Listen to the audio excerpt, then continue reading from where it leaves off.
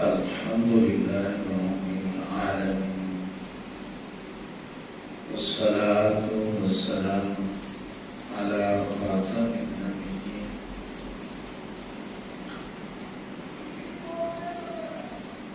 أما بعد فأعوذ بالله السميع العليم من الشيطان اللعين الرجيم بسم الله الرحمن الرحيم إن كيد الشيطان كان ضعيفا صدق الله مولانا العظيم إن الله وملائكته يصلون على النبي يا أيها الذين آمنوا صلوا عليه وسلموا تسليما الصلاة والسلام عليك يا سيدي يا رسول الله وعلى آلك وصحبه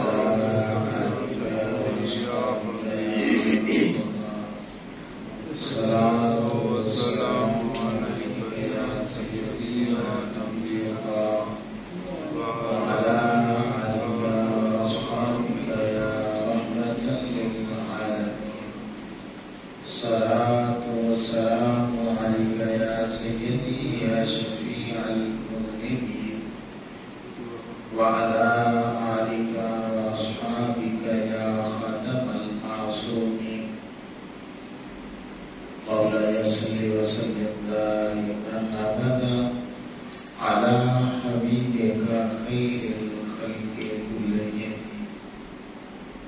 دعمتهم النصارى في نبيهم واحكم بما شئت مدحا فيه واحتكم وانصب إلى ذاته ما شئت من شرف وانصب إلى قدره ما شئت من عظم فإن فضل رسول الله ليس له حد فيعرض عنه ناطق بفمه مولاي صل وسلم دائما أبدا على حبيبك خير الخلق كلهم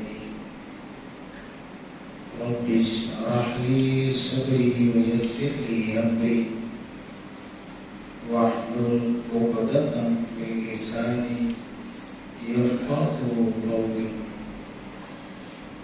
اللهم نور قلوبنا بالقرآن وزين أخلاقنا بالقرآن ونجنا من النار بالقرآن وادخلنا في الجنة بالقرآن اللہ رب العزت کی حمد و ثنا اور آقا کریم صلی اللہ تعالی علیہ وآلہ وسلم کی بارگاہ ناز میں درود و سلام کا نذرانہ پیش کرنے کے بعد آپ تمامی احباب کو السلام علیکم ورحمۃ اللہ وبرکاتہ۔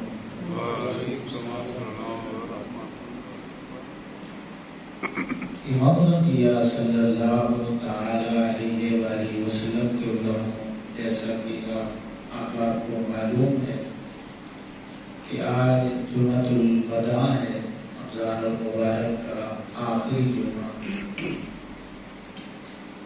اب نہ جانے یہ گھڑیاں دوبارہ ہم میں سے کس کو نصیب ہوں گی۔ سب سے پہلی اور بنیادی بات تو یہ ہے کہ وہ دعا جو آقا کریم صلی اللہ تعالی علیہ وآلہ وسلم کے صحابہ کرام مانگا کرتے تھے، ہمیں بھی وہ دعا مانگنی چاہیے کہ اے مالک و مولا، یہ رمضان ہمارا آخری رمضان نہ کرنا بلکہ ہمیں ایک اور موقع عطا فرمانا۔ اور اگر تم نے یہ لکھ دیا ہے ہمارے مقدر میں کہ یہ آخری رمضان ہے تو پھر ہمیں مرحومین میں شامل فرما لینا۔ مرحومین وہ لوگ جن پہ اللہ رب العزت نے رحمت فرما دی ہے، اے اللہ، اے مالک و مولا، یہ دعا ہر مسلمان کے حق میں ہماری قبول فرما دے۔ ہم یہ اقرار کرتے ہیں کہ تیرے اس مہمان کا حقیقی معنوں میں ہم اس کا ادب، تعظیم و تقریم نہیں کر سکے۔ اے مالک، پھر بھی اپنے فضل سے، اپنے کرم سے ہماری کمی کمزوریوں کی معافی عطا فرما۔ اے اللہ، ہم گناہوں سے توبہ کرتے ہیں، سچی پکی توبہ نصیب فرما، اور جو نور ہمیں رمضان المبارک سے ملا ہے، تلاوت قرآن سے ملا ہے، روزوں کی برکت سے ملا ہے، اعتکاف کی وجہ سے ملا ہے، دیگر اعمال و اذکار سے ملا ہے، اے مالک اس کا نور ہم آئندہ آنے والے رمضان تک اسے سنبھال کے رکھنے کی اے مالک ہمیں توفیق عطا فرما۔ امام الانبیاء صلی اللہ تعالی علیہ وآلہ وسلم کے غلاموں، اللہ رب العزت نے قرآن مجید میں ارشاد فرمایا، اِنَّ کَیْدَ الشَّیْطَانِ کَانَ ضَعِیفًا، بے شک شیطان کا جو فریب ہے، مکر ہے، دجل ہے، وہ انتہائی کمزور ہے۔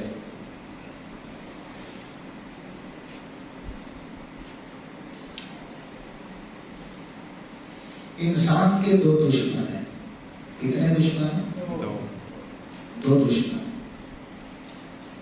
ایک انسان کے اندر بیٹھا ہے اور ایک جو ہے وہ باہر بیٹھا ہے۔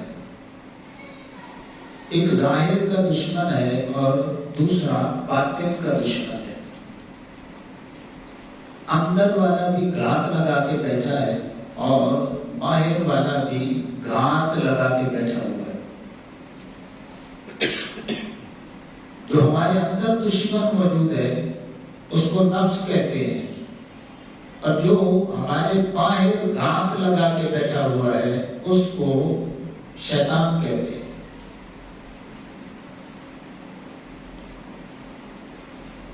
امام الانبیاء صلی اللہ تعالی علیہ وآلہ وسلم کے غلاموں،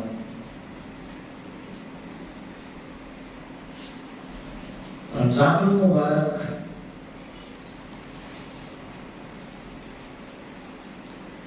میں کیا ہوتا ہے؟ آپ کو پتا ہے صحیح حدیث مبارکہ جو کہ مسلم میں اور بخاری میں موجود ہے کہ آقا کریم صلی اللہ تعالی علیہ وآلہ وسلم نے ارشاد فرمایا، اذا دخل شہر رمضان، کہ جب رمضان المبارک کا مہینہ آتا ہے تو فتحت ابواب السماء، کہ جنت کے دروازے وہ کھول دیے جاتے ہیں، وغلقت ابواب جہنم، اور جہنم کے جو دروازے ہیں ان کو بند کر دیا جاتا ہے۔ جنت کے دروازے کھل جاتے ہیں اور دوزخ کے دروازے بند کر دیے جاتے ہیں۔ وسلسلہ الشیاطین، اور شیطان کو زنجیروں کے ساتھ جکڑ دیا جاتا ہے۔ اب یہ حدیث پاک بخاری میں بھی مسلم میں بھی موجود ہے کہ رمضان المبارک آتے ہی جنت کے دروازے کھل جاتے ہیں، جہنم کے دروازے بند کر دیے جاتے ہیں، اور شیاطین کو زنجیروں میں جکڑ دیا جاتا ہے۔ اب امام الانبیاء صلی اللہ علیہ وسلم کے غلاموں، جو باہر کا ہمارا دشمن ہے اس کو تو باندھ دیا جاتا ہے، باندھ دیا جاتا ہے۔ اب جو اندر دشمن بیٹھا ہے نا، اللہ رب العزت رمضان المبارک میں یہ جو دشمن اندر بیٹھا ہے اس کے خلاف مالک اپنے بندوں کو ٹرین کرتا ہے کہ کس طریقے سے اس دشمن سے بچا جا سکتا ہے۔ اللہ اکبر۔ باہر کا دشمن زنجیروں میں جکڑا ہوا ہے، اور جو اندر کا دشمن بیٹھا ہے اللہ رب العزت روزوں کی برکت سے پھر جو اندر کے دشمن سے بندہ مومن کو جس انداز میں بچاتا ہے تو وہ سارا طریقہ کار اللہ رب العزت نے قرآن میں بھی بیان کیا ہے اور آقا کریم علیہ السلام نے صحیح احادیث میں بھی اس کو بیان کیا ہے۔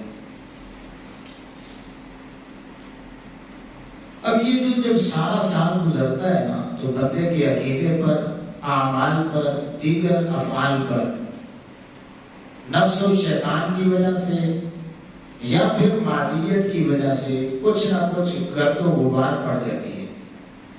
عقیدے میں کمزوری آتی ہے، عمل میں کمزوری آتی ہے، دیگر جو افعال ہیں، اذکار ہیں، ان میں کمزوری آتی ہے۔ تو اللہ رب العزت اس ماہ مقدس کو اپنے بندوں کی طرف بھیج کے ایسا نور اور ایسی روشنی عطا فرماتا ہے کہ وہ پورا سال جو ہے ان کا عقیدہ جہاں سے خراب ہونے لگتا ہے وہ عقیدہ بھی درست ہو جاتا ہے، جہاں سے عمل میں کمزوری آتی ہے وہ اعمال میں بھی مضبوط ہو جاتے ہیں، جہاں پہ دینی حوالے سے کوئی کمی کمزوری آنے لگتی ہے تو رمضان المبارک کا مہینہ ان کمی کمزوریوں کو دور کر کے اللہ کے بندوں کو اللہ سے ملا کے پھر اپنے مالک کے پاس چلا جاتا ہے۔ اللہ اکبر۔ تو یہ سادے لفظوں میں اگر کہہ لیں کہ رمضان المبارک کا ایک مقصد نہیں ہے، ایک مقصد نہیں ہے، بے شمار مقاصد ہیں اس کے پیچھے، لیکن اگر بالکل سارے مقاصد کو خلاصہ بنا کے پیش کیا جائے تو وہ یہ بنتا ہے کہ رمضان المبارک میں اللہ رب العزت اپنے بندوں کو ٹرین کرتا ہے، تیار کرتا ہے۔ ٹریننگ میں کیا ہوتا ہے؟ یہ ہمارے نوجوان طبقہ فورسز میں جاتے ہیں، آرمی میں، دیگر شعبہ جات میں، تو ہر شعبے میں ٹریننگ کروائی جاتی ہے، کسی میں 4 ماہ کی، کسی میں 8 ماہ کی، کسی میں 1 سال کی ٹریننگ ہوتی ہے۔ تو ٹریننگ کیوں کروائی جاتی ہے؟ ٹریننگ اس لیے کروائی جاتی ہے تاکہ دشمن کے وار کو یہ سمجھ سکے اور پھر اس وار سے بچنے کے اس کو طریقے آ جائے۔ کبھی بھی ایسا نہیں ہوا کہ کوئی بندہ آرمی میں جائے اور پھر ٹریننگ نہ کروائی جائے، بڑے سے بڑا افسر ہی کیوں نہ ہو اسے اس مرحلے سے گزرنا پڑتا ہے، اسے مشکل ترین گھاٹیوں سے گزارا جاتا ہے، اور جو جتنا بڑا افسر بنتا ہے نا اس کو اتنی مشکل سے گزرنا پڑتا ہے۔ کیوں؟ اس لیے کہ دشمن کے سارے داؤ پیچ یہ سیکھ لے، کل حالت جنگ میں اسے پتا ہو کہ میں نے دشمن سے لڑائی کس طرح کرنی ہے۔ تو امام الانبیاء صلی اللہ علیہ وسلم کے غلاموں، اللہ رب العزت اپنے بندوں سے محبت کرتے ہوئے انہیں رمضان المبارک کا مہینہ عطا فرماتا ہے اور فرماتا ہے میرے بندوں، دشمن تمہارے 2 قسم کے ہیں، ایک دشمن باہر بیٹھا ہے، ایک اندر بیٹھا ہے۔ باہر والا دشمن تو میں نے باندھ دیا ہے، اب جو اندر دشمن بیٹھا ہے اس کے لیے ٹریننگ کرواتا ہوں، اور ٹریننگ کس طرح کہ روزے رکھوا کے ٹریننگ کروائی جاتی ہے۔ اگر آپ کو پتا ہو کہ میرا دشمن جو ہے وہ طاقتور ہے، میں مقابلہ نہیں کر سکتا، تو پھر آپ کیا کرتے ہیں؟ اس طاقتور دشمن کی آپ کمزوری تلاش کرتے ہیں۔ ایسے ہی ہوتا ہے نا کہ اگر میں اس کے ساتھ لڑوں تو اس نے مجھے شکست دے دینی ہے، اب لڑائی کا وہ کلیہ استعمال کرتا ہے، ڈھونڈتا ہے، اور پھر عقل کو استعمال کرتا ہے کہ کس انداز میں کسی طریقے سے مجھے اس کی کوئی کمی کمزوری مل جائے تاکہ اس کمزور پہلو سے میں اس پہ حملہ کروں اور اسے میں شکست دے دوں۔ تو اللہ رب العزت نے اپنے بندوں کو اس نفس کا جو کمزور پہلو تھا وہ بتایا کہ میرے بندوں لاکھ جتن کر لو، جو اندر دشمن بیٹھا ہے نا اس کو آپ زیر نہیں کر سکتے، اس کو زیر کرنے کا کلیہ یہ ہے کہ اسے بھوکا رکھ کے، اسے پیاسا رکھ کے پہلے اسے کمزور کیا جائے۔ یہ کمزور ہو جائے گا تو اس نفس کا یہ کمزوری ہے، جب یہ کمزور ہوتا ہے تو پھر اپنی بات نہیں منواتا بلکہ جو کہا جاتا ہے وہ کرنے کے لیے تیار ہو جاتا ہے۔ اللہ اکبر۔ تو اللہ رب العزت اپنے بندوں سے اندر کے دشمن سے جتوانے کے لیے اپنے بندوں کو یہ روزوں کی ٹریننگ کرواتا ہے۔ اللہ اکبر۔ بھوک کے ذریعے، پیاس کے ذریعے تو نفس کمزور ہو جاتا ہے۔ جب نفس کمزور ہوتا ہے تو پھر ہر بات ماننے کے لیے وہ تیار ہو جاتا ہے، جو اسے کہا جاتا ہے وہ کر لیتا ہے۔ اللہ اکبر۔ تو امام الانبیاء صلی اللہ تعالی علیہ وسلم کے غلام شیخ سعدی شیرازی رحمۃ اللہ علیہ کا فارسی میں شعر ہے، آپ فرماتے ہیں کہ آشکارا شش نشان ست اے پسر، اپنے بیٹے کو مخاطب کرتے ہیں کہ بیٹا تمہیں اللہ سے محبت کرنے والوں کی نشانی نہ بتاؤں؟ آشکارا شش نشان ست اے پسر، کہ 6 علامتیں ہیں اللہ کے نیک بندوں کی۔ آہے سردو رنگے زردو چشم تر، ایک تو ان کی آہیں جو ہیں وہ سرد ہوتی ہیں۔ سرد، جب بندے کو تکلیفیں، مصیبتیں، پریشانیاں آتی ہیں، بندہ دنیا سے اک تھک کے اللہ کے دربار میں آتا ہے تو آہیں نکالتا ہے، وہ سرد آہیں، ان میں بڑی طاقت ہوتی ہے۔ رنگ زرد، اللہ کے خوف کی وجہ سے ان اللہ کے نیک بندے جو ہیں ان کے چہرے زردی مائل ہو جاتے ہیں، زرد پڑ جاتے ہیں۔ آہیں سرد ہیں، ٹھنڈی آہیں ہیں، جو چہرے کا رنگ ہے وہ زرد ہو چکا ہے، اور چشمے تر، اللہ کے خوف کی وجہ سے ان کی آنکھوں سے آنسو جاری رہتے ہیں، وہ روتے ہیں اللہ کے خوف سے۔ 3 نشانیاں آگے فرماتے ہیں، گر دعا سند سے دیگر قرآن، دیگر اور 3 اور ساتھ ملا دو، کم خوردن و کم گفتن و خفتن حرام، کہ کم کھانا، کم بولنا اور کم سونا یہ اللہ کے نیک بندوں کی علامت ہے۔ کم کھانا، کم سونا اور کم بولنا، کم کھانا، کم بولنا، کم سونا یہ اللہ کے نیک بندوں کی علامت ہے۔ اور رمضان المبارک میں دیکھ لیں، کھانا کم ہوتا ہے یا نہیں ہوتا؟ بولنا کم ہوتا ہے یا نہیں ہوتا؟ سونا کم ہوتا ہے یا نہیں ہوتا؟ تو جب کم کھانا نصیب ہوتا ہے، کم سونا نصیب ہوتا ہے، کم بولنا نصیب ہوتا ہے، اور روزے دار جب اللہ کی بارگاہ میں دعائیں کرتا ہے، آہیں سرد آہیں نکالتا ہے، آنکھوں میں آنسو ہوتے ہیں، چہرہ بھی زرد ہوتا ہے، اللہ کی خشیت کے آثار اس پہ غالب ہوتے ہیں، تو پھر امام الانبیاء صلی اللہ علیہ وسلم کے غلاموں اس کا نفس جو ہے اتنا کمزور ہو جاتا ہے کہ پھر وہ ہمیشہ نیکی کی طرف لے کے جاتا ہے، پھر برائی کی دعوت نہیں دیتا، پھر نیکی کی طرف راغب کرتا ہے۔ اللہ اکبر۔ سلطان باہو رحمۃ اللہ علیہ کا بڑا پیارا شعر ہے، آپ فرماتے ہیں، ایہو نفس اساڈا بیلی جے نال ساڈے سیدھا ہو، اگر یہ نفس آپ کو نیکی کی طرف لے جائے تو اس سے بڑا آپ کا دوست ہی کوئی نہیں ہے، آپ کا یار ہے۔ اگر آپ کو یہ نمازوں کی طرف لے کے جاتا ہے، روزوں کی طرف لے کے جاتا ہے، نیکی کی دعوت دیتا ہے، تو سب سے بڑی جاری جو ہے وہ آپ کی نفس کے ساتھ ہے۔ ایہو نفس اساڈا بیلی یہ نال ساڈے سیدھا ہو، زاہد عالم آل نوائے جتھے ٹکڑا ویکھے تھیدا ہو۔ اور اگر زاہد اور عالم جو ہیں یہ اس نفس کی شرارتوں کو نہ سمجھے تو پھر نفس دونوں پہ بھی ہیوی ہو جاتا ہے۔ عبادت کی وجہ سے یا عالم ہونے کی وجہ سے بندہ اس کے شر سے نہیں بچتا جب تک کہ اس کے شر کو نہ سمجھا جائے۔ بچنے کی کوشش نہ کی جائے تو اس وقت تک بندہ نفس کے سامنے آگے جا جاتا ہے.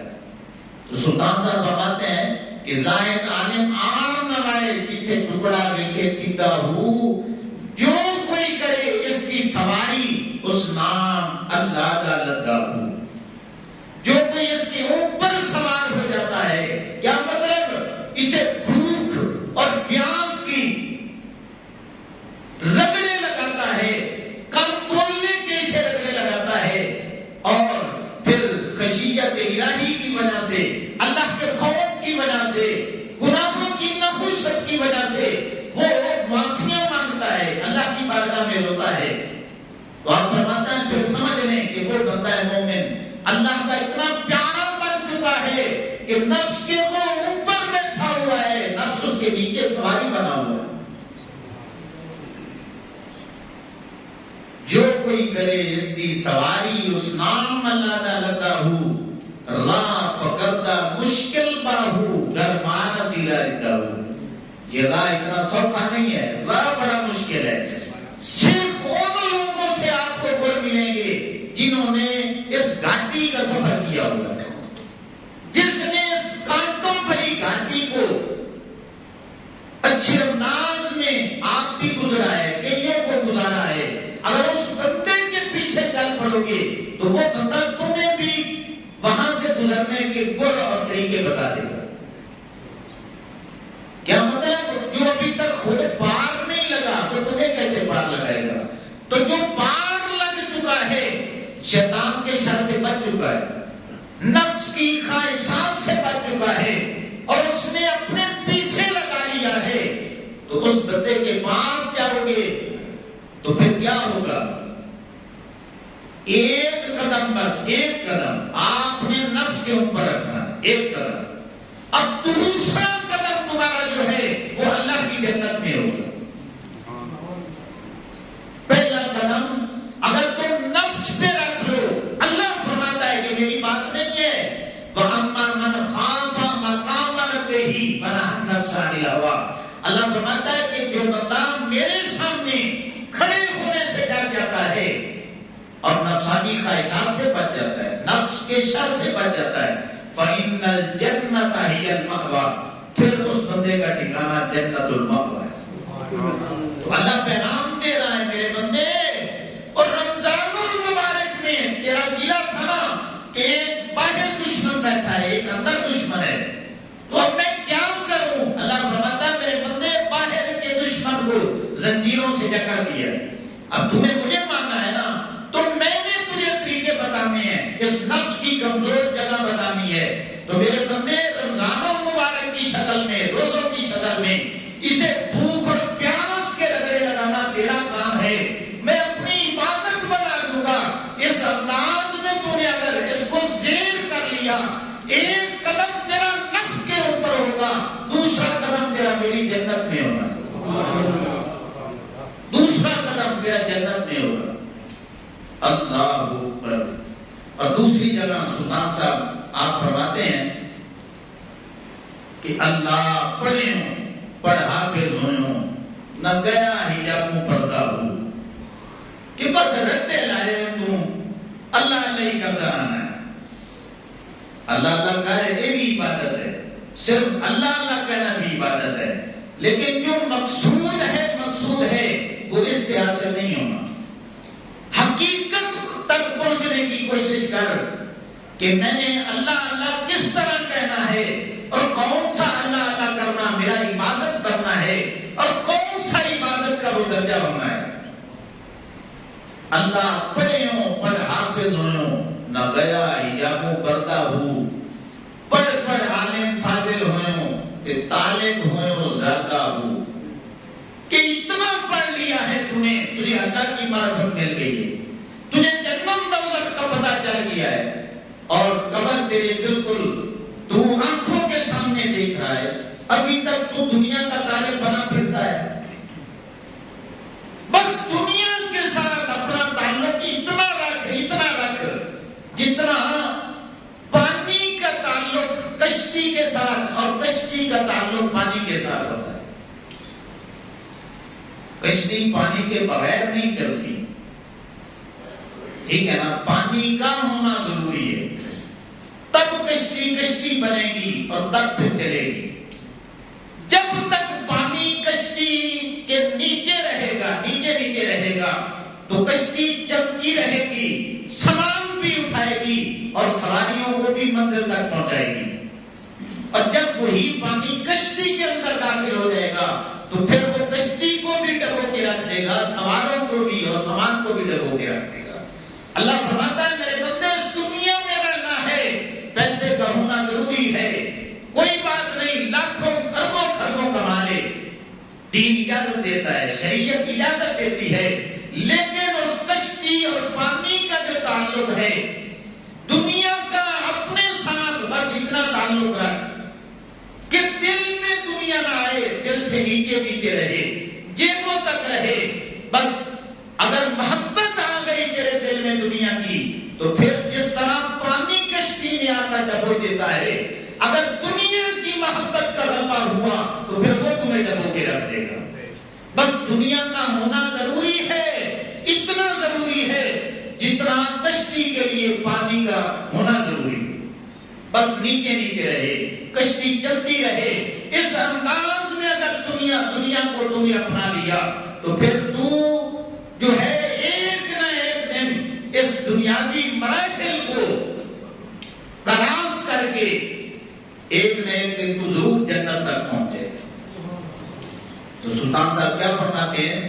اللہ بڑیوں بڑ حافظ ہویوں، نہ گیا حجابو پردہ ہو زاہد، پڑھ پڑھ عالم فاضل ہویوں تے طالب ہویوں زردہ ہو، 100,000 کتاباں پڑھیاں اے ظالم نفس نہ مردہ ہو۔ بڑی اوکھی گل ہے، 100,000 کتاباں پڑھیاں اے ظالم نفس نہ مردہ ہو۔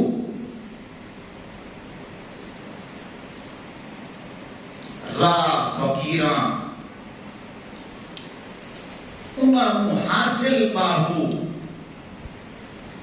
انہاں سمجھ لیا یہ ظالم چور اندردہ ہو، یعنی یہ جو اندر چور بیٹھا ہے جو اس کو جان لے گا وہ اس کی شرارتوں سے پھر بچ ہے اللہ۔ تو اس لیے امام الانبیاء صلی اللہ تعالی علیہ وسلم کے غلاموں، یہ ماہ مقدس بڑی تیزی کے ساتھ یہ چند لمحات ہمارے پاس یہ مہمان ہے، تو یہ میں نے باتیں اس لیے کی ہیں کہ رمضان المبارک ایسے نہیں جا رہا، رمضان المبارک ہم سبھی کو ایک نور دے کے جا رہا ہے، قرآن ایک نور دے کے ہم سبھی کو جا رہا ہے۔ یہ جتنے بھی اذکار ہیں، اعمال ہیں، یہ ہمیں برکتیں دے کے جا رہی ہیں۔ اب ہمارا دامن سبھی کا دامن بھرا ہوا ہے، تو اب ہم یہ چاہیں تو اس نور کو 1 سال تک لے جائیں، اب چاہیں تو دوسرے دن اس نور کو ختم کریں۔ وہ کس طرح؟ اس کو ایک مثال سے سمجھے کہ ایک مزدور ہے، وہ سارا دن مزدوری کرتا ہے، دھوپ برداشت کرتا ہے، 8 گھنٹے ڈیوٹی کرتا ہے، 8 گھنٹے کے بعد اب اسے مزدوری ملنے ہی والی ہوتی ہے تو وہ تھک جاتا ہے اور وہ کہتا ہے میں اب جا رہا ہوں۔ تو مالک کہتا ہے یار اب تھوڑا سا وقت رہ گیا، تھوڑی سی اور مزدوری کر لے اور مزدوری لے کے جا۔ بہرحال وہ مزدوری کرتا ہے، مالک اسے مزدوری دیتا ہے، اب وہ چلا جاتا ہے۔ اب ایمان سے بتائیں وہ چاہے تو 1 گھنٹے میں سارے دن کی محنت برباد کر سکتا ہے یا نہیں کر سکتا؟ چاہے تو 2 دن تک وہ چلائے، چاہے تو 1 مہینہ جو ہے وہ اس مزدوری کو لے کے چل سکتا ہے۔ تو امام الانبیاء صلی اللہ علیہ وسلم کے غلاموں، روزوں کی برکت سے، قرآن کی برکت سے، اعتکاف کی برکت سے، نمازوں کی برکتیں اور دیگر اعمال کی طہارت اللہ رب العزت نے مجھے آپ کو سبھی کو عطا کر دی ہے۔ اب اس نور کو سنبھال کے رکھنا ہماری ذمہ داری ہے۔ اللہ رب العزت نے تو کام فرما دیا ہے، اب ہم چاہیں تو اس نور کو 1 دن تک لے جائیں، چاہے تو 1 سال تک لے جائیں۔ ڈاکٹر بھی ہوتا نا، ڈاکٹر جب دوائی دیتا ہے تو اسے پتا ہوتا ہے کہ اس کے اثرات کتنے عرصے تک چلیں گے۔ دوائی کے اثرات کتنے عرصے تک کریں گے؟ یہ جو میں اس سے 1 ماہ کا کورس کروا رہا ہوں تو اس کا فائدہ کتنے عرصے کے لیے ہوگا؟ تو امام الانبیاء صلی اللہ علیہ وسلم کے علماء، اللہ رب العزت سب سے بڑا حکیم ہے، وہ جانتا ہے کہ میرے بندوں کا عقیدہ اور اعمال یہ جو کمی کمزوری آئے گی، رمضان المبارک کو میں نے بھیجنا ہے 1 مہینہ مہمان بنا کر، یہ دوائی ہے، دوائی جو اس دوائی کو لے لیتا ہے اور پھر اس نور کو سنبھال کے رکھے گا۔ جن باتوں سے میں نے پرہیز کا کہا ہے ان سے رکا رہے گا، تو اس نور میں اتنی طاقت ہے کہ یہ نور 1 سال تک چل سکتا ہے، یہ نور 1 سال تک چل سکتا ہے۔ اب ہم نے اپنی صلاحیت کے مطابق اللہ کا خوف کر کے اس نور کو 1-2 دنوں میں 5-10 دنوں میں ختم نہیں کرنا، بلکہ 1 سال تک لے کے جانا ہے۔ اللہ اکبر۔ تو امام الانبیاء صلی اللہ تعالی علیہ وسلم کے علماء قرآن مجید کا جب ہم مطالعہ کرتے ہیں تو اللہ فرماتا ہے کہ ان کید الشیطان کان ضعیفا، شیطان کا جو فریب ہے یہ چھوٹا فریب ہے، کمزور ہے۔ اور جب اللہ رب العزت نے عورت کے شر کی بات کی تو فرمایا کہ ان کیدکن عظیم، کہ عورت کا جو دجل ہے، فریب ہے، یہ بڑا ہے۔ شیطان کے متعلق اللہ نے فرمایا کہ اس کا کمزور ہے، انتہائی چھوٹا ہے، باریک ہے۔ عورت کے شر کی باری آئی تو اللہ نے فرمایا میرے بندو، عورت کا تعلق جیوں کے نفس کے ساتھ ہے اور نفس بڑا دشمن ہے، شیطان چھوٹا دشمن ہے۔ شیطان چھوٹا دشمن ہے، نفس تمہارا بڑا دشمن ہے۔ حضرت سعید بن مسیب رحمت اللہ تعالی علیہ یہ سید التابعین گزرے ہیں، تابعین کے سردار۔ یہ وہ بندہ ہے کہ جب یزید نے مدینہ پہ حملہ کیا تو آپ نبینا ہو چکے تھے، جسم میں نقاہت تھی، کمزوری تھی، اور 80 سال ان کی عمر تھی۔ اب توجہ سے میری بات ایک بار پھر سنیں، آنکھوں سے نبینا ہے، جسم میں کمزوری ہے، عمر 80 سال ہو چکی ہے۔ آپ یزیدیوں سے بچنے کے لیے آقا کریم صلی اللہ علیہ وآلہ وسلم کے روضے میں داخل ہو جاتے ہیں۔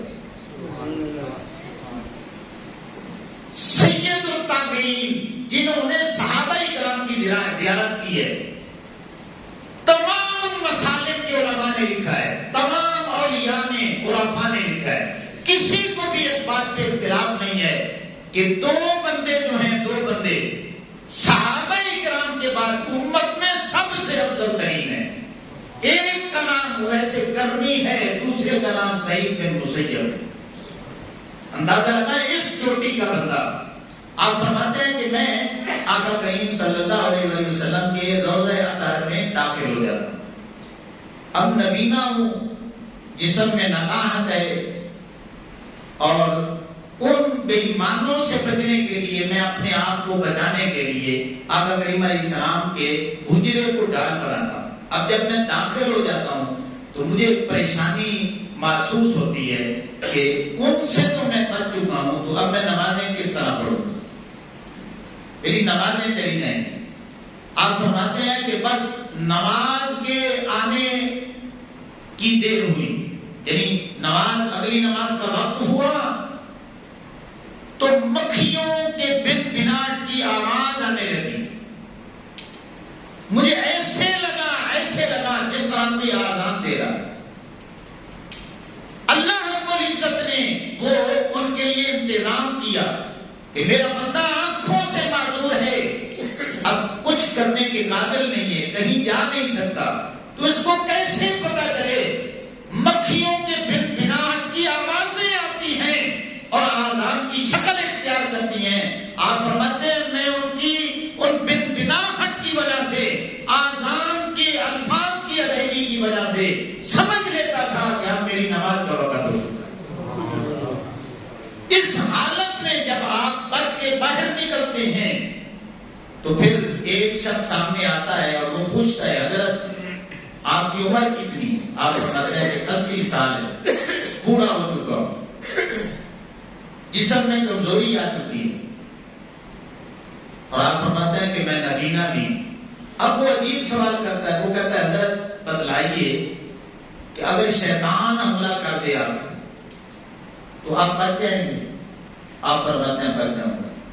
اگر مجھ پہ شیطان حملہ کر دے تو میرے پاس نمازوں کا نور اتنا ہے، تلاوت قرآن کا نور اتنا ہے، اللہ کے فضل کا نور اتنا میرے پاس ہے کہ اب اس عمر میں شیطان کا داؤ میرے اوپر نہیں چل سکتا۔ اب وہ بندہ کہتا ہے حضرت پھر اگر آپ کا نفس آپ کے اوپر حملہ کر دے تو پھر کیا کریں گے؟ آپ نے فرمایا میرے بھائی بڑا مشکل سوال تم نے پوچھ لیا، اگرچہ میری عمر 80 سال ہے، جسم میں کمزوری آ چکی ہے، میں نبینا بھی ہو چکا ہوں، اب تو پوچھنا چاہتا ہے کہ اگر تیرے سامنے عورت آ جائے تو نفس تیرے اوپر حاوی ہو جائے تو کیا نفس کے شک سے بچ جاؤ گے؟ آپ نے فرمایا میرے بھائی میں نے اندر جھانک کے دیکھا ہے، اتنے سالوں کی ریاضت کی طرف توجہ کی ہے، جو مجھے بات ملی ہے قرآن سے حدیثوں سے وہ سچی اللہ سے ڈر کے بتانا چاہتا ہوں۔ وہ بات یہ ہے کہ اگر شیطان اپنے لاؤ لشکر کے ساتھ حملہ کرے وہ مجھ پہ نہیں کر سکتا، اور اگر نفس حملہ کر دے تو پھر میں کچھ کہہ نہیں سکتا، پھر میں کچھ کہہ نہیں سکتا، نہ ہاں کرتا ہوں نہ کرتا ہوں۔ تو امام الانبیاء صلی اللہ علیہ وسلم کے علماء ایک طرف سید التابعین ہیں، نابینا ہے، 80 سال عمر ہے، اور زندگی کا ایک ایک لمحہ اللہ کی عبادت میں گزارا ہے، صحابہ کرام کی زیارت کی ہے، وہ نفس کے شر سے اندازہ لگائیں کہ پچھلی عمر میں بھی کتنے خائف ہیں، اور ہماری صورتحال کیا ہے؟ ہم نوجوان ہیں، صحت مند ہیں، سب کچھ ہمارے پاس ہے، اور ہم کہتے ہیں نہیں جی نفس تو کوئی بات ہی نہیں۔ اللہ اکبر۔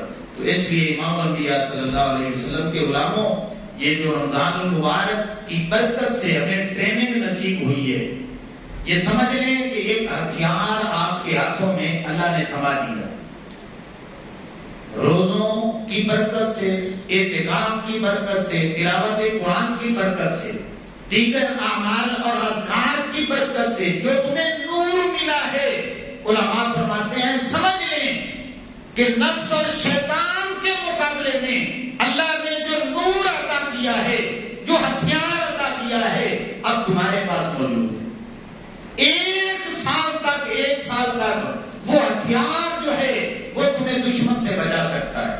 شیطان حملہ کرے پھر بھی وہ ہتھیار اگر تم استعمال کرو گے تو بچ جاؤ گے، اگر نفس حملہ کرے گا تو ایک سال تک یہ ہتھیار جو ہے یہ بار ثابت ہوگا، تمہیں نفس کے شر سے بھی بچا دے گا۔ اگر تم اس ہتھیار کو بھی استعمال نہیں کرو گے، شیطان حملہ کرے، نفس حملہ کرے، اور تم ہتھیار بھی نیچے پھینک دو گے، تو اس دنیا میں کون سا ذی شعور بندہ ہے کہ دشمن سامنے ہو، ایک دشمن پیٹھ کے پیچھے ہو، وہ ہتھیاروں سے اس پہ حملہ کر دیں، اس کے پاس ہتھیار بھی موجود ہو اور نیچے رکھ دے، کہے کہ اب جو کرنا ہے میرے ساتھ کر لو۔ تو پھر اس نے کیا کرنا ہے؟ جو کچھ بھی کرنا ہے سامنے والے نے کرنا ہے یا پیچھے والے نے کرنا ہے؟ تو جو پیچھے سے وار کرتا ہے وہ نفس ہے، جو سامنے سے وار کرتا ہے وہ شیطان ہے۔ اللہ نے فرمایا میرے بندے نور دے دیا ہے، نور دے دیا ہے، ہتھیار اتنا طاقتور دیا ہے کہ تمہیں بھی اس کی طاقت کی خبر نہیں ہے۔ وہ سامنے سے کرے گا، یہ پیچھے سے کرے گا، اور تمہارے ہتھیار میں اتنی طاقت ہے، بس ایک بار چلانے کی دیر ہے، اگلا جو شیطان تمہارا دشمن ہے وہ بھی تو اس سے دور ہو جائے گا، جو پچھلا دشمن ہے وہ بھی تو اس سے دور ہو جائے گا۔ یہ ہم کہتے ہیں نا کہ یہ میرے پاس بندوق موجود ہے، 2 نالی والی ہے، بس ایک بٹن دبانا ہے، ایک گولی نہیں 25 گولیاں نکلیں گی۔ اللہ فرماتا ہے میرے بندے شیطان سامنے سے حملہ کرے، نفس پیچھے سے کرے گا، یہ تو رمضان المبارک کی وجہ سے تمہیں ایک ہتھیار عطا کیا ہے، یہ اتنا بڑا ہتھیار ہے، بس ایک بار دبانے کی ضرورت ہے، اگلا دشمن بھی جو ہے تو اس سے دور ہو جائے گا، پچھلا بھی دور ہو جائے گا۔ لیکن افسوس یہ ہتھیار ہم کیا کرتے ہیں؟ اب یہ آخری دن ہے، جمعۃ الوداع ہے، ہم نے اس کو نا ایک سائڈ پہ لگا کے رکھتے ہیں۔ ہم نے خود دعوت دینی ہے شیطان کو، آؤ حملہ کرو، نفس کو کہنا آؤ حملہ کرو۔ اللہ اکبر۔ دنیاوی مال ہوتا ہے نا، دنیاوی، تو ہم میں سے سارے مل کے اس کو بچانے کی کوشش کرتے ہیں۔ اگر آپ کے گھر میں پیسے پڑے ہیں تو آپ ایسی جگہ رکھنے کی کوشش کرتے ہیں کہ گھر والوں کو بھی خبر نہ ہو، بچوں کو بھی خبر نہ ہو۔ سونا چاندی پڑا ہے تو بیوی اتنا سنبھال کے رکھتی ہے کہ بعض وقت خاوند کو بھی نہیں پتا ہوتا کہ کدھر رکھا ہے۔ اب وہ چوری ہو جائے، گھروں میں چوریاں ہو جاتی ہیں، پھر چور ڈھونڈا جاتا ہے، چور ڈھونڈے بھائی، مل کے ڈھونڈے، محلے والے آتے ہیں، علاقے والے آتے ہیں، پھر وہ بحثیں ہوتی ہیں، باتیں ہوتی ہیں کہ یار چور کدھر سے آیا ہے، اس نے کہاں سے حملہ کیا ہے اور کیا لوٹ کے لے کے گیا ہے۔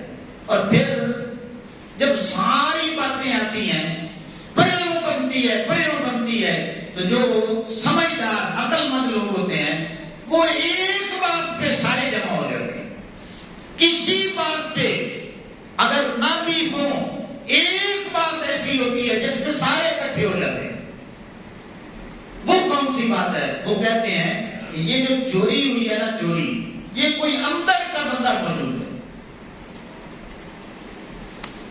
جو یہ سارا کچھ جانتا ہے کہ اس نے اتنے دن غائب بھی ہو جانا ہے، اس نے اتنے دن ادھر بھی رہنا ہے، اس کا سامان بھی ہے فلاں جگہ پہ پڑا ہے۔ کوئی بھیتی بندہ موجود ہے جو یہ سب کچھ جانتا ہے، اندر کا چور ہے، تمہارے گھر کا چور ہے جس نے یہ چوری کروائی۔ اس بات پہ اکٹھے ہو جاتے ہوتے ہیں کہ نہیں ہوتے؟ تو امام الانبیاء صلی اللہ علیہ وسلم کے غلاموں، اس دنیاوی مثال کے ذریعے بھی ہم دیکھ سکتے ہیں کہ جو ہمارا سامنے کا ٹکر کا دشمن ہے، ہمیں اس سے اتنا خطرہ نہیں ہوتا۔ جو گھر کے اندر افراد موجود ہوتے ہیں، رشتے دار ہوتے ہیں، جن کا زیادہ آنا جانا ہوتا ہے، ان سے بندہ زیادہ ڈرتا ہے۔ کہیں ایسے نہ ہو کہ اس کی نظر ہمارے مال پہ پڑ جائے اور ہمارا مال چوری ہو جائے۔ تو جب بھی ایسی صورتحال بنتی ہے تو اینڈ ریزلٹ جب پتہ بھی چلتا ہے تو اندر کا چور نکلتا ہے۔ تو امام الانبیاء صلی اللہ علیہ وآلہ وسلم کے غلاموں، بلا تشبیہ و بلا مثال ہمارے پاس ایمان کی دولت موجود ہے۔ ایمان کی جو سب سے بڑی دولت ہے، سب سے بڑا خزانہ ایمان کی شکل میں اللہ نے ہمیں عطا کیا ہے۔ یہ نفس بھی کوشش کرتا ہے چھیننے کی، یہ شیطان بھی کوشش کرتا ہے اس خزانے کو حاصل کرنے کی۔ تو امام الانبیاء صلی اللہ علیہ وسلم کے غلاموں، سال میں ایک ماہ اللہ رب العزت شیطان کو باندھ کے اس اندر کے چور سے بچنے کی تدابیر، دور پیچ سکھانے کے لیے مالک اپنے بندوں کو روزوں کی شکل میں ایک ٹریننگ کرواتا ہے، تاکہ میرے بندے اندر کے دشمن کی جو چالیں ہیں، چالاکیاں ہیں، داؤ پیچ ہیں، میرا بندہ ان کو سمجھ جائے اور پھر پورا سال اس کے دفاع میں کھڑا ہو جائے۔ اللہ اکبر۔ تو امام الانبیاء صلی اللہ علیہ وسلم کے غلاموں، ہم کیا ہوتا ہے، کوئی بھی گناہ ہو تو ڈائریکٹ شیطان کے کھاتے میں ڈال دیتے۔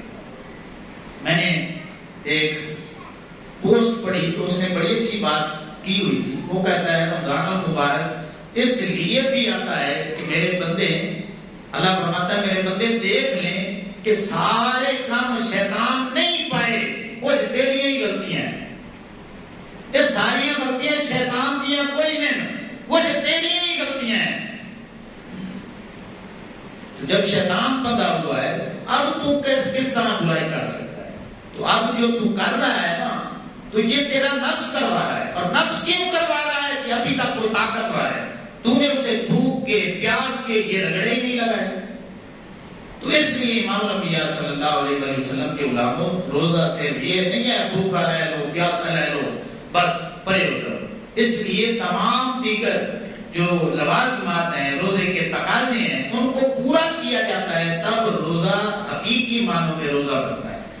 تو جس بندہ مومن نے اس ماہ مہمان کی حقیقتاً ان کے تقاضوں کو پورا کیا ہے، تو پھر پورا سال جو ہے کبھی بھی شیطان اور نفس کے وہ جنگل میں نہیں آ سکتا. تو اس لیے امام الانبیاء صلی اللہ علیہ وسلم کے غلاموں، میں یہ ضروری سمجھتا تھا کہ آج کا جو ہماری یہ بیٹھک ہو، گفتگو ہو، یہ آئندہ جو سال گزرے گا ہمارا، اس کو کس انداز میں ہم نے گزارنا ہے.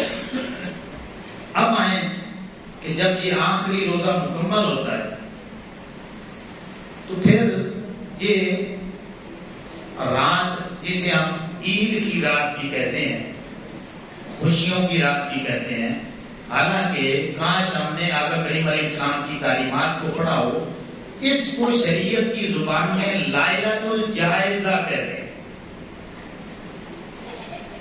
لائلۃ الجائزہ کیا مطلب؟ عبادت کی رات. لائلۃ الجائزہ کیا مطلب؟ دعاؤں کی رات، اللہ کو منانے کی رات. تو جو منانے والی رات ہے، اس کو علماء نے لکھا ہے ایک معنی انعام کی رات. جس طرح مزدور نے مزدوری کر لی، ابھی تھوڑا ہی ٹائم باقی تھا کہ انعام ملنے والا تھا، تو وہ گھر چلا جاتا ہے. اللہ فرماتا ہے میرے بندے، ایک ماہ تو نے بڑی مشقت کی ہے، اب میں انعام دینا چاہتا تھا، تو مجھ سے دعا تو کرتا. ابھی تو نے مزدوری ہی نہیں لی اور دوڑ لگانی شروع کر دی ہے اور خوشیوں کے چکروں میں پڑ گیا. بس عید آ گئی، عید آ گئی، اور پورا ماہ اس شیطان کے خلاف تو لڑتا رہا ہے، نفس کے خلاف لڑتا رہا ہے. بس ایک لمحہ گزرا ہے، میرا مہمان واپس آیا ہے، تو پھر اسی کے چنگل میں پھنس گیا ہے. یہ ذہن میں رکھ لیں. ادھر روزہ مکمل ہوگا، عید کی نماز کی بعد کی دعا تک ایک ایک لمحہ، ایک ایک لمحہ انتہائی قبولیت والے لمحات ہیں. انتہائی قبولیت والے لمحات ہیں. میں آقا کریم علیہ السلام کی آخری حدیث پاک آپ کے سامنے رکھنا چاہتا ہوں کہ آقا کریم علیہ السلام نے فرمایا کہ عورتیں جو ہے نا، عورتیں، یہ بڑی توجہ کے ساتھ سنیں. بعض اوقات یہ اکثر معاملہ ہو جاتا ہے کہ جب ہماری توجہ نہیں ہوتی، بات کچھ ہوتی ہے اور پھر کچھ بنا دیتے ہیں، پھر وضاحتیں پیچھے کرنی پڑتی ہیں. اس لیے ایک بار آپ توجہ سے سنا کریں. آقا کریم علیہ السلام نے فرمایا کہ بخاری مسلم میں حدیث سے بات ہے کہ وہ عورتیں